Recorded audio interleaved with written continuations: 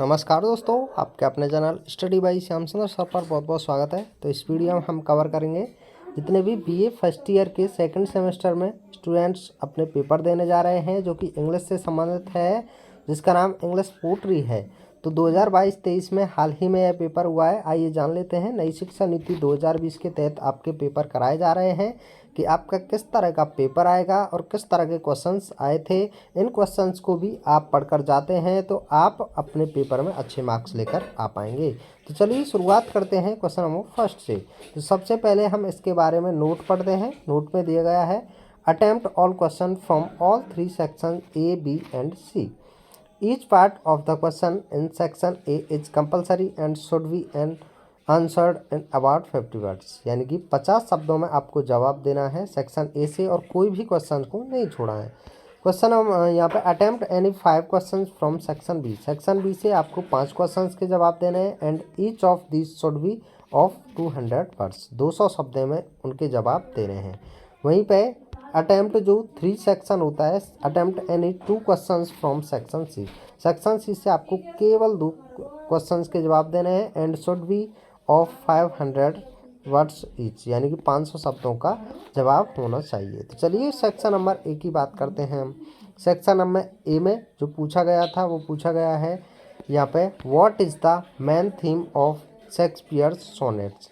यानी कि जो शेक्सपियर सोनेट्स की मेन थ्योरी थी वह क्या थी, उसके बारे में आपको यहाँ डिस्कस करके बता देना था। वहीं आगे देखें हम, सेकंड क्वेश्चन जो पूछा गया था, right a note on LG. LG के ऊपर आपको थोड़ा यहाँ पे डिटेल्स कर देना था। वहीं थर्ड क्वेश्चन में पूछा है, what do you understand by allegory. Allegory से आप क्या समझते हैं, क्या जानते हैं, एलएजरी क्या होता है, इसके बारे में आपको यहाँ डिटेल्स करना था। What is heroic couplet. जो कॉपलेट, हेरोइक कॉपलेट होता है वह क्या होता है, किस तरह का होता है, यहाँ आपको आंसर कर देना था। Next question is, what is irony and it's different types. यानी कि आयरनी क्या होता है और यह कितने प्रकार का होता है, आपको यहाँ आंसर करना था। वहीं क्वेश्चन देखते हैं, what do you understand by romanticism. यानी कि आप रोमांटिक्ज्म के माध्यम से क्या समझते हैं, क्या होता है, तो आप यहाँ आंसर कर सकते हैं। नेक्स्ट क्वेश्चन है, what is metre in poetry and name some metres. यानी कि पोट्री के अंदर मीटर क्या होता है और कुछ मीटर्स के नामों को आप यहाँ दे सकते हैं। वही नेक्स्ट क्वेश्चन है, व्हाट इज विक्टोरियन कॉम्प्रोमाइज़। यानी कि विक्टोरियन कॉम्प्रोमाइज़ क्या होता है, ये आपको बताना था। Next question is, who is the speaker in Browning's poem My Last Touches and what type of person is he? Next is, give the characteristics of the modern age of English poetry. अब हम section B की बात करते हैं। Section B के अंतर्गत आपको only 5 questions के जवाब देने हैं। Explain the following with reference to the context. यानी कि कॉन्टेक्स्ट को रेफरेंस के साथ आपको फॉलोइंग में यानी कि एक्सप्लेन करना है।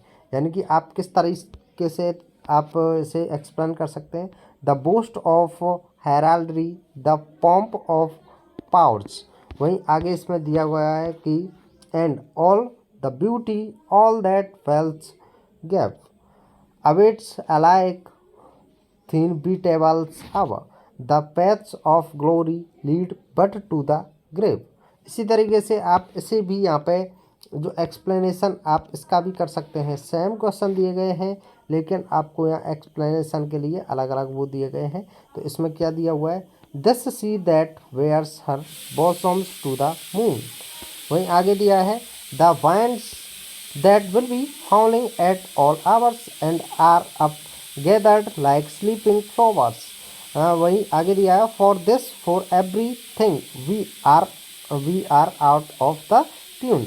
तो इस तरीके से आप इसे एक्सप्लेन कर सकते हैं।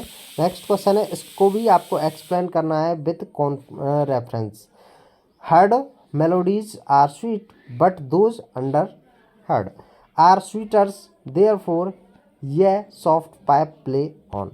आगे दिया गया है, इसको भी आपको मतलब कि ये एक्सप्लेनेशन पर आधारित क्वेश्चंस हैं आपके, इनको क्योंकि पोट्री ही तो है, ये सभी पोट्री दी गई हैं, इनको आपको एक्सप्लेन करना है।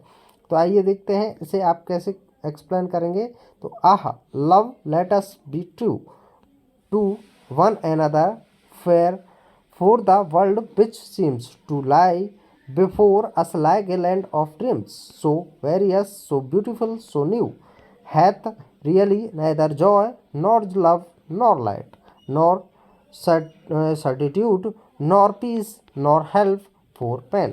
अब हम आगे देख लेते हैं क्वेश्चन नंबर 6 को। 6 में दिया गया है write a note on Tennyson as a melodious poet with reference to break break break.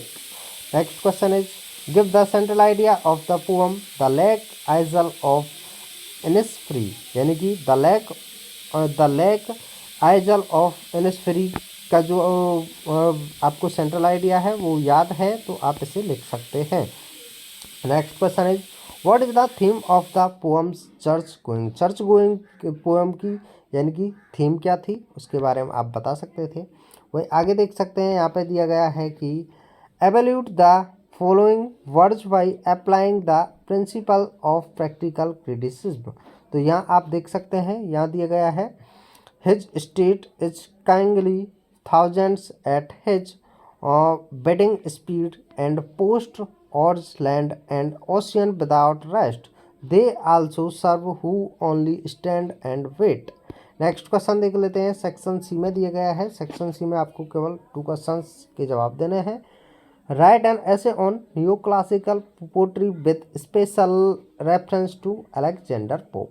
इसी में नेक्स्ट क्वेश्चन है discuss Wordsworth as a poet of nature। Next is discuss John Keats as a poet of sensuousness and beauty। Next is last question होगा the love song of J. Alfred Trompark is a critic of modern civilization, discuss and elaborate।